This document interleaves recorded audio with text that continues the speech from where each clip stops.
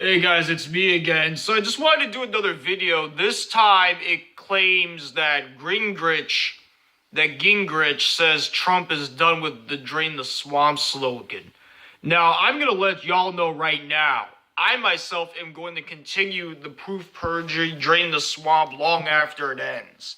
I like Rudy Giuliani. Rudy Giuliani, I think his proof perjury was not a coincidence.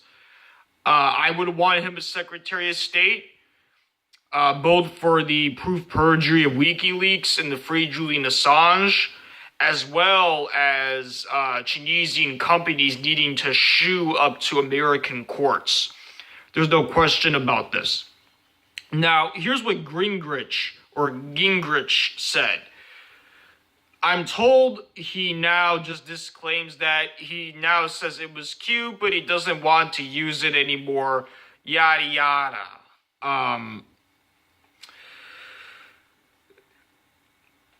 Here's the thing about Gingrich. You have to understand, guys. He's a fucking fool. Do you really think most Americans care about an adulterous affair? No, they don't.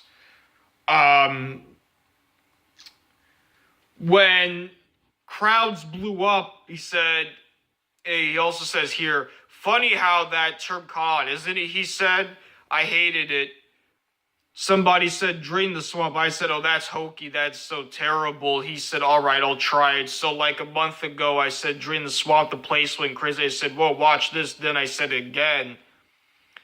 Then I started saying it like I meant it, right? Then I said it and started loving it. Now, I think Gingrich is just a freaking fool. So that I don't discount the idea that Trump doesn't actually want to drain the swamp.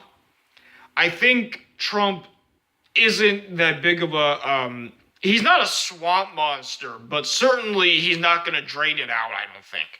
You know, he put Rex Tillerson, the CEO of ExxonMobil, he put Rick Perry, who favors the oil gas industry, especially over coal. So that's really going to negatively affect the Appalachia region where a lot of coal is versus oil producing regions like Texas. And, we just shut down No Dapple, largely because we didn't actually want the swamp we didn't want to have to drain the swamp initially. Here's the thing about No Dapple, guys.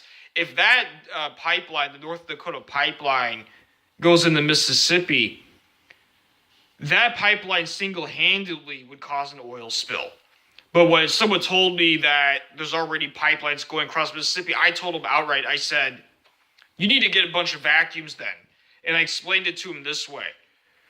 That blizzard that's hitting the Great Lakes in the Northeast right now, that's global warming, my friends. And that sounds weird because you might think, well, how is a blizzard really the global warming? Let me explain it to you. The polar jet stream is going over Siberia and pretty much over Russia.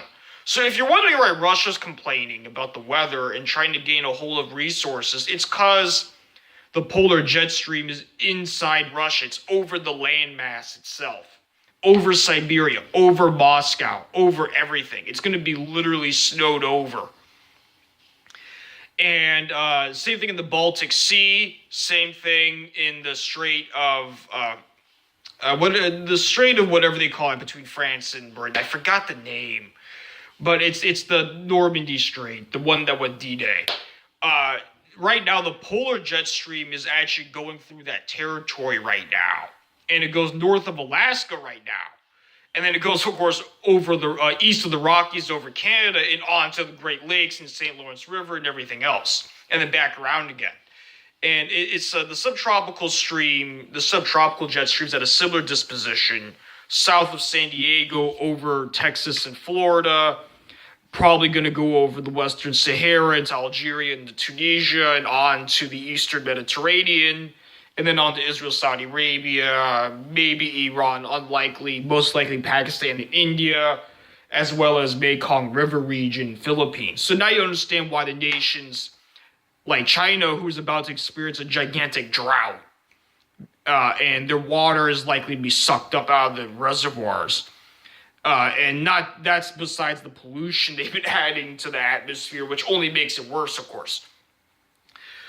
So you got, all that, and then, they want to fight Philippines over fish, because guess where all the fresh water's coming in, all the rains are coming in right over Philippines there.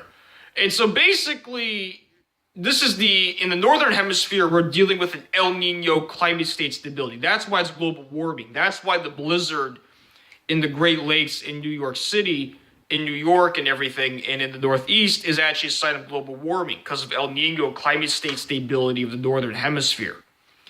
So that's all what's happening with that. But in addition, when the blizzard is done this winter, so in the Great Lakes in Northeast, when the blizzard's all said and done, guess what's going to come this summer?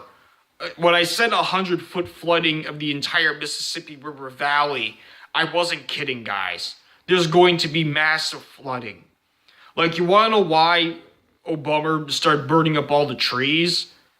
It's so that way they won't be cut down when the oil pipeline comes through. Why? Because then you got a bunch of oil, a bunch of, tree debris, and a bunch of who knows what else.